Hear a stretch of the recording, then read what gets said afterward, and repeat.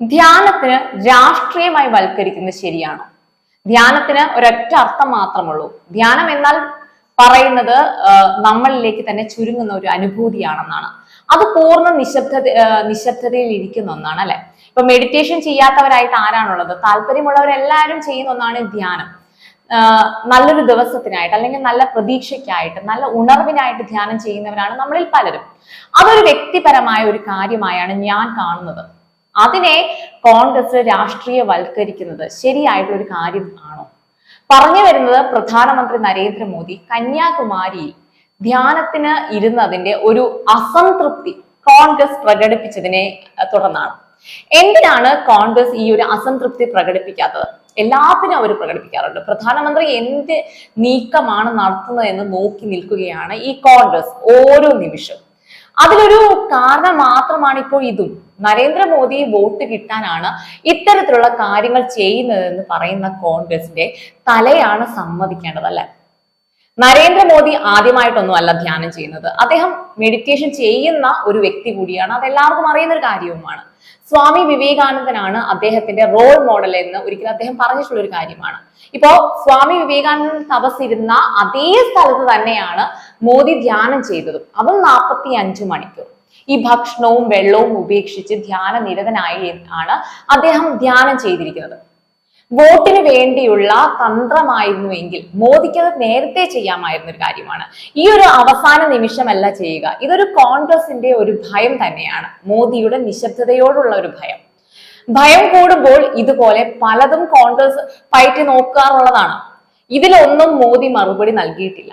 ഈ ഒരു നിശബ്ദതയാണ് കോൺഗ്രസ് ഭയക്കുന്നതും. മോദി തികച്ചും ആത്മീയമുള്ള ഒരു വ്യക്തിയാണ്. അത് വേണ്ട എന്ന് വെച്ചിട്ടല്ല മോദി പ്രധാനമന്ത്രി സ്ഥാനത്തേക്ക് വന്നതൊന്നും. ഇപ്പൊ 2019 അതിനു മുൻപുള്ള തെരഞ്ഞെടുപ്പിന്റെ അവസാന നിമിഷവും മോദി ഇങ്ങനെ ധ്യാനത്തിന് പോയിട്ടുണ്ടെന്ന് പലരും അഭിപ്രായപ്പെടുന്നുണ്ട്. ശരിയാണ്, അതിനെന്താണ് ഒരു പ്രശ്നം? വരാൻ പോകുന്ന വലിയ പ്രതീക്ഷയ്ക്ക് മുന്നോടിയായിട്ടുള്ള ഒരു ധ്യാനം, ഇപ്പൊ മനഃശാന്തിക്ക് വേണ്ടിയുള്ള ഒരു പ്രാർത്ഥന, കുറച്ച് സമാധാനം തനിക്കായുള്ള കുറച്ച് നിമിഷം, ഇതെല്ലാം ആരാണ് ആഗ്രഹിക്കാത്തത്? എല്ലാവരും ആഗ്രഹിക്കുന്ന ഒരു കാര്യം തന്നെയാണ്. ഇതെങ്ങനെ രാഷ്ട്രീയമായിട്ട് കാണാൻ കഴിയും? മോദി ധ്യാനത്തിന് പോയത് കൊണ്ട് വോട്ട് കൂടാനോ അല്ലെങ്കിൽ കുറയാനോ പോകുന്നില്ല. ഇതെങ്ങനെ ഒരു പൊളിറ്റിക്കൽ ടാക്ട് ആകും മോദിയുടെ? അങ്ങനെയെങ്കിൽ മോദിയുടെ ദിനചര്യവും പ്രഭാത കർത്തവ്യവും ഇങ്ങനെ പോയാൽ രാഷ്ട്രീയവൽക്കരിക്കുമല്ലോ കോൺഗ്രസ്. ഇപ്പൊ 57 സീറ്റിന് വേണ്ടി ഈ മോദി ധ്യാന വോട്ട് ചെയ്യുന്നു എന്ന് പറഞ്ഞ് പ്രചരിക്കുന്നവരോട് മൗനം തന്നെയാണ് മറുപടി. ഇപ്പൊ വലിയ പ്രചാരണങ്ങൾ നടത്തി വോട്ട് പിടിച്ച നരേന്ദ്രമോദിക്ക് ധ്യാനം കൊണ്ടാണോ ഇനിയുള്ള ഈ ചുരുങ്ങിയ സീറ്റുകൾ പിടിക്കേണ്ടത്? ധ്യാനം രാഷ്ട്രീയവൽക്കരിച്ച കോൺഗ്രസ് ധ്യാനം ചെയ്യുന്നവരെയും അതുപോലെ തന്നെ യോഗികളെയുമാണ് ഇപ്പൊ അവഹേളിച്ചതിന് അതിന് തുല്യമാണ്. കോൺഗ്രസ് പറഞ്ഞത് ഇതൊരു പരോക്ഷ പ്രചാരണമാണെന്നുള്ളതാണ്. അതും പറഞ്ഞുകൊണ്ട് തെരഞ്ഞെടുപ്പ് കമ്മീഷനെ കാണാൻ ചെന്നാൽ തെരഞ്ഞെടുപ്പ് കമ്മീഷൻ എന്ത് പറയണം? അവർ പറഞ്ഞത് എന്താണ്? തെരഞ്ഞെടുപ്പ് കമ്മീഷൻ വ്യക്തത കൊടുത്തു, ഒരാൾ മൗന വ്രതത്തിൽ ഇരിക്കുന്നതും ധ്യാനത്തിൽ ഇരിക്കുന്നതും തടയുന്നതല്ല തിരഞ്ഞെടുപ്പ് കമ്മീഷന്റെ പണിയെന്ന്. കോൺഗ്രസ് ആകെ ടെൻഷൻ അടിച്ച് എന്ത് ചെയ്യണമെന്നറിയാതെ നടക്കുകയാണ് ഇപ്പൊ.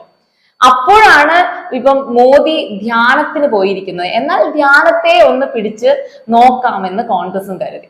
ജയം ഏകദേശം ഉറച്ചു കഴിഞ്ഞു.